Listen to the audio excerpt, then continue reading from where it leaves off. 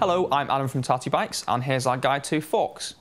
As you can see, there's quite a diverse range of forks that we have available, different shapes, different colours, different brake mounts. So the main thing you need to check is that the front brake you've got is going to actually fit onto your new forks.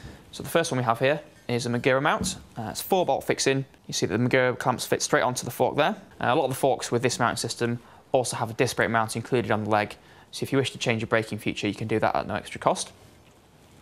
The second one that's quite popular is a V-brake mount. That's a standard mount, as you see on many cross-country bikes. Generally, a V-brake will fit straight onto these, but you can also fit a hydraulic rim brake, such as a Magura HS33 if you wish, and we have the adapters in stock to fit those. And once again, it's got the disc mount on the back of the leg there as well. The third type, which is probably our most popular seller, is a disc brake only fork. So you've got no mounts here for a rim brake, means the fork's simpler, lighter, less welds, looks much cleaner from the side as well, which is nice. And one thing to consider with these trial forks is that the disc mount is in a different position to normal. It's classed as a +30 fork, which means that you do need a 30mm larger rotor than normal. Hopefully you can see this from a side-on view here. So you can also get the forks in a +20 version, which means that you need a 20mm larger rotor than normal, but there's plenty of information about this on our site if you need it. We get lots of questions about how the shape of the fork affects the geometry and the ride of the bike. The urban fork here we have has got a straight blade, but the length and the offset from the centre of the steerer tube to the dropout is the same, pretty much, as this trial fork, which has a curved blade.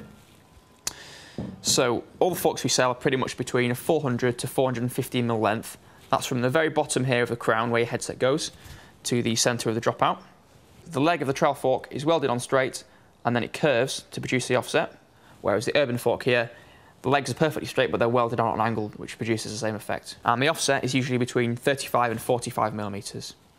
So the weight of the fork is also a main consideration when purchasing. A lot of riders want a nice lightweight fork, makes the bike feel nice and agile. Weight saving can be done quite well on forks, as long as you look for the weight saving in the correct positions. On the dropout here, we have some nice big holes. Now there's very little stress going on in this position, so it's safe to remove weight from here. And these forks are sort of 10 or 15 grams lighter than forks without the drilling. So we hope that helps. Once again, if you have any questions, just give us a shout.